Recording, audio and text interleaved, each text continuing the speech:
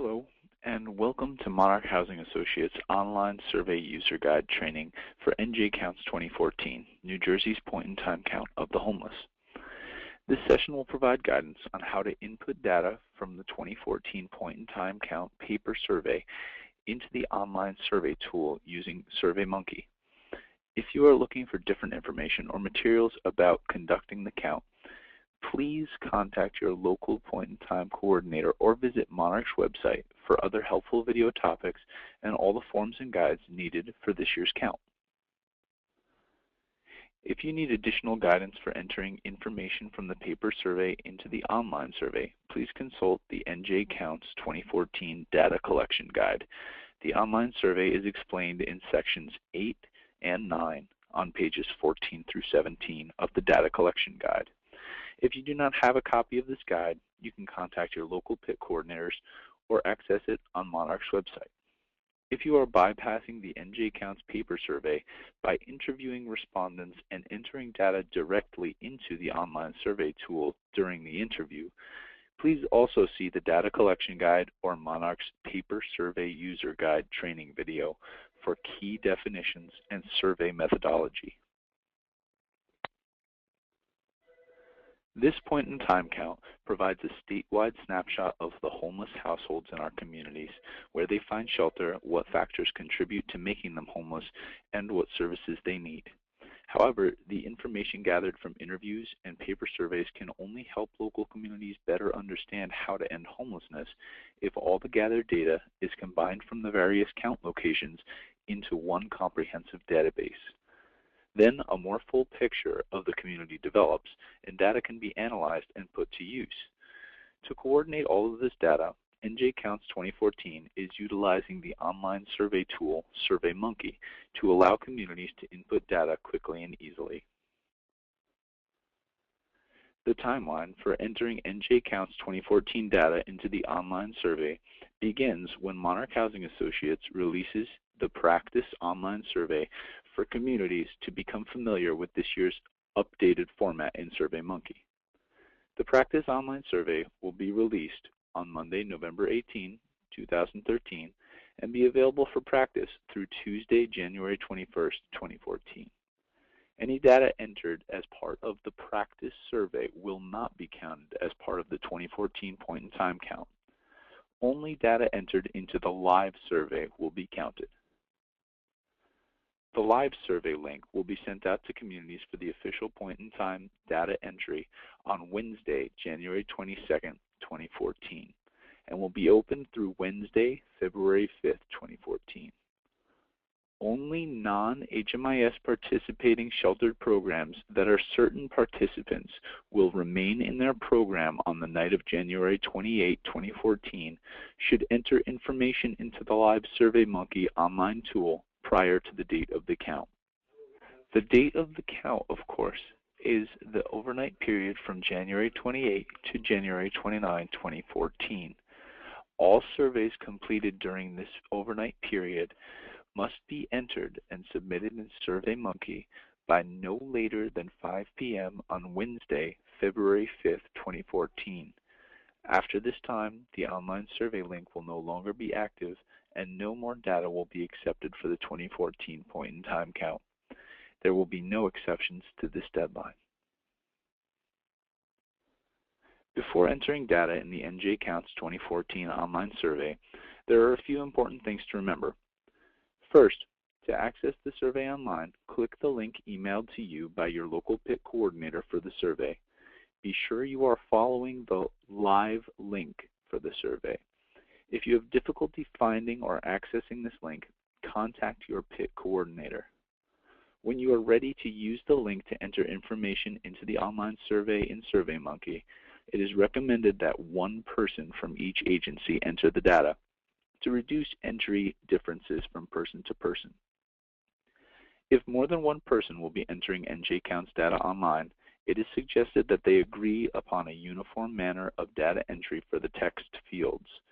In particular, it is important to agree upon common spellings, punctuation, acronyms, and abbreviations for any text entered.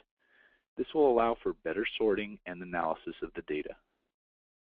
For questions that require an answer, but for which the respondent did not give an answer, or when you are entering data online from a paper survey where a question was left blank, select No Response. The only exception to this rule is if the respondent offers no answer to question 1 or to the gender field in question 6B. In these cases, do not enter the survey online.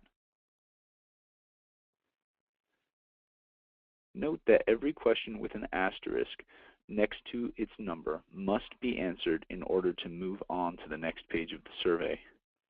When you complete page 1, 2, or 3 of the survey, click the Next button at the bottom of the screen.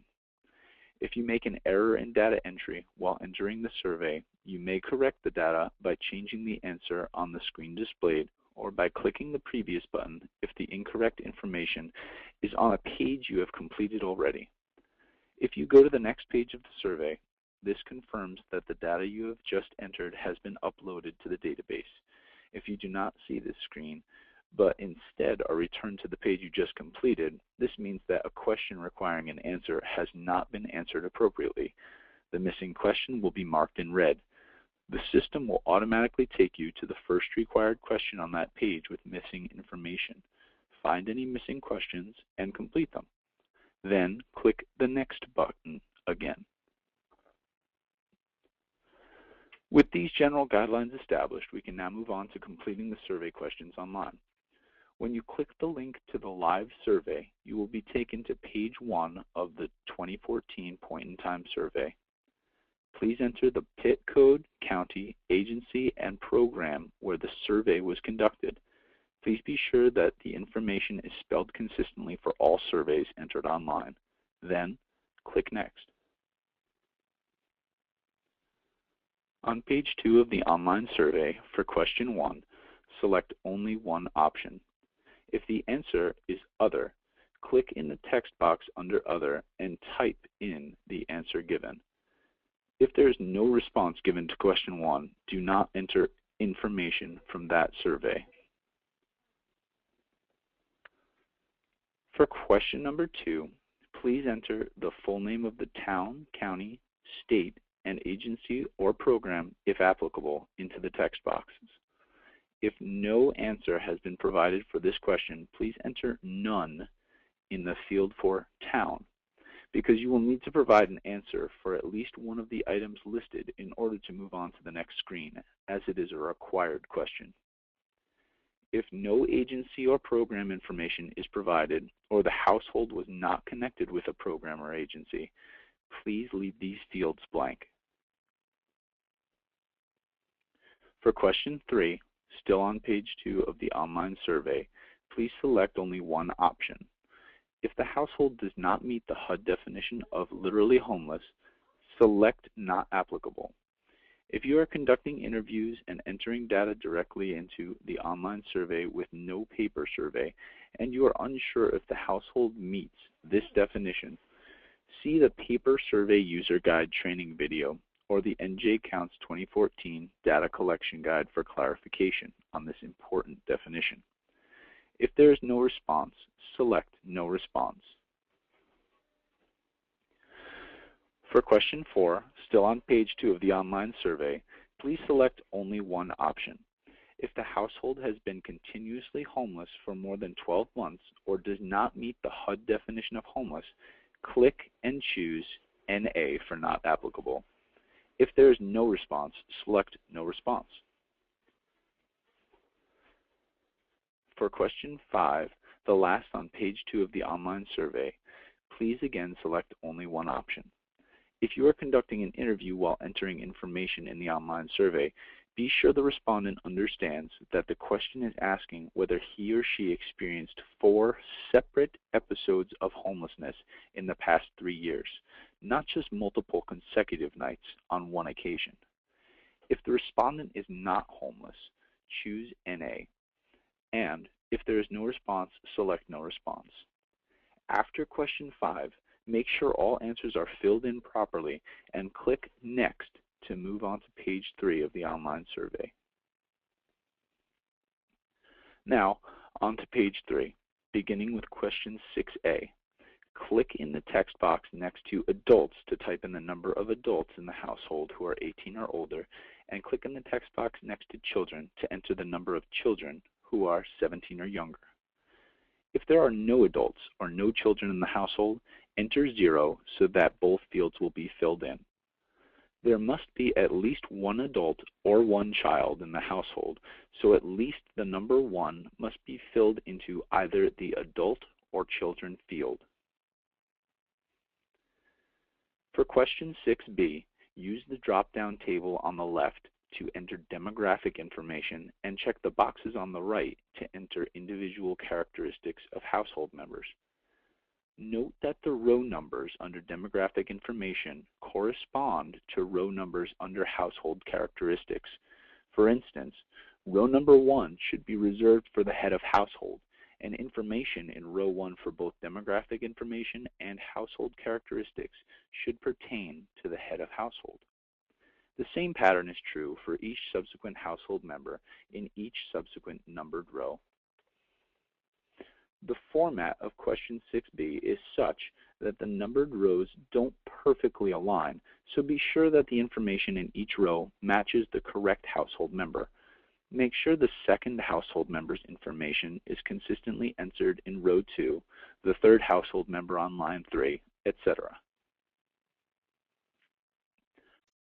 On 6b's Household Characteristics section, remember to begin in row 1 under Relationship to Head of Household with Self for the respondent. For all other household members, select the appropriate relationship to Head of Household from the drop-down menu options. If you are entering data into the online survey from paper surveys that have invalid answers such as sister or brother, select sibling. If the paper survey has answers such as aunt, uncle, cousin, or grandparent, etc., select relative. For partners or significant others, select spouse. If the respondent says they have no middle or other initial, select none. If no response is given for the identifying initials fields, select no response. If the head of household does not give his or her age, gender, race, or ethnicity, the surveyor should take his or her best guess and complete these fields on the respondent's behalf. Do not, however, guess any other information about other household members. If there is no response selected on a paper survey that is being entered into the online survey, select no response for the fields that are blank. Information for the head of household on line 1 must be completely filled out. That is, there must be an answer selected for each drop-down field in order to progress to the next section of the survey. On 6b's Household Characteristics section, remember to check all the characteristics that apply to each member of the household. In row 1, or line 1, information about the head of household must be completed in order to progress to the next section of the survey. For household characteristics, that means that at least one box must be checked for the head of household. If the household characteristics section is left blank on a paper survey, or if the respondent does not respond, check no response and no other fields for that household member. If none of the characteristics listed applies to a household member, check none apply in the appropriate row. Make sure all information is completed and accurate for each household member before clicking Next. On page 4 of the NJ Counts 2014 online survey, question 7 asks for the town, county, state, and country of the respondent's last permanent address before becoming homeless. If there is no response, leave this question blank. If the respondent is not homeless, write NA in the town field. On question 8, select one option only, check no response if none is given, and if the respondent's answer is not included on the list, click in the text box under Other and type the answer given. When entering data online for question 9, be sure to check all income and benefits that any household members receive. If a paper survey being entered online leaves question 9 blank, or if there is no response, check the box for no response.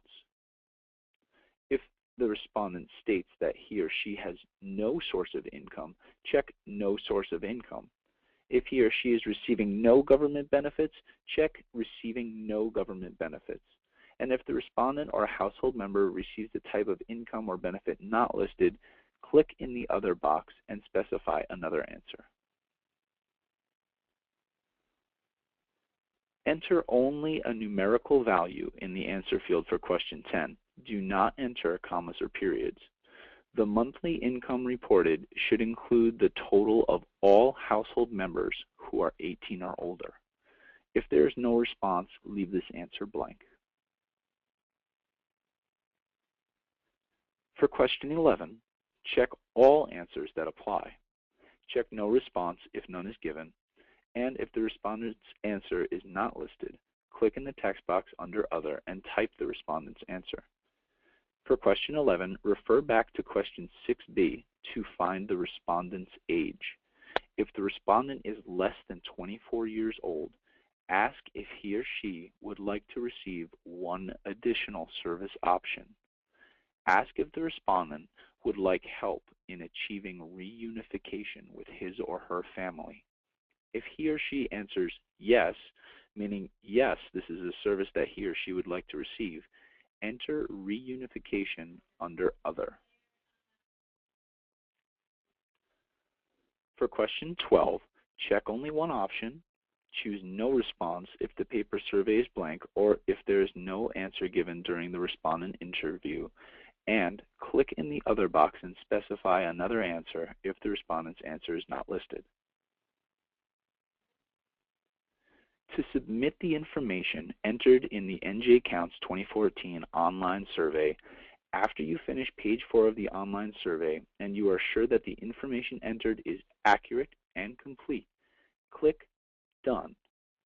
If you are unsure, make sure to check your work, because after clicking the Done button, you will no longer be able to adjust data. If the survey is complete, you will be taken to a screen that says, "Thank you for participating in NJ Counts 2014, indicating that your answers have been successfully submitted. If you do not see this screen, however, your information has not yet been uploaded to the database. If you do not reach the Thank You screen, find any missing answers and complete them. Then click the Done button again." This is the thank you screen you will see when you have successfully finished submitting a survey. When you see this screen, you can no longer change any answers you have submitted. If there is a significant error that must still be corrected after the survey has been submitted, contact Monarch Housing Associates with the respondent's identifier information for the survey containing the error to be amended. When you see this screen, you may either exit the NJ Counts 2014 online survey by closing your browser window, or if you would like to enter another survey, you may click the Done button at the bottom of the screen. This will bring you to another survey form where you can begin entering new survey data. If you have any questions about who is entering data from the NJ Counts 2014 paper surveys into the online survey tool in your community, please contact your local point-in-time coordinator. Thank you very much for participating in NJ Counts 2014. If you have any further questions about the 2014 online survey, please consult the 2014 Data Collection Guide, other video and print training materials available online at monarchhousing.org, or contact your local point-in-time coordinator. If you need to change data that has been submitted erroneously, email Monarch Housing Associates at njcounts@monarchhousing.org or call 908-272-5363, extension 228. Monarch looks forward to working with you to make the 2014 Point in Time Count a success for all our communities. Thank you.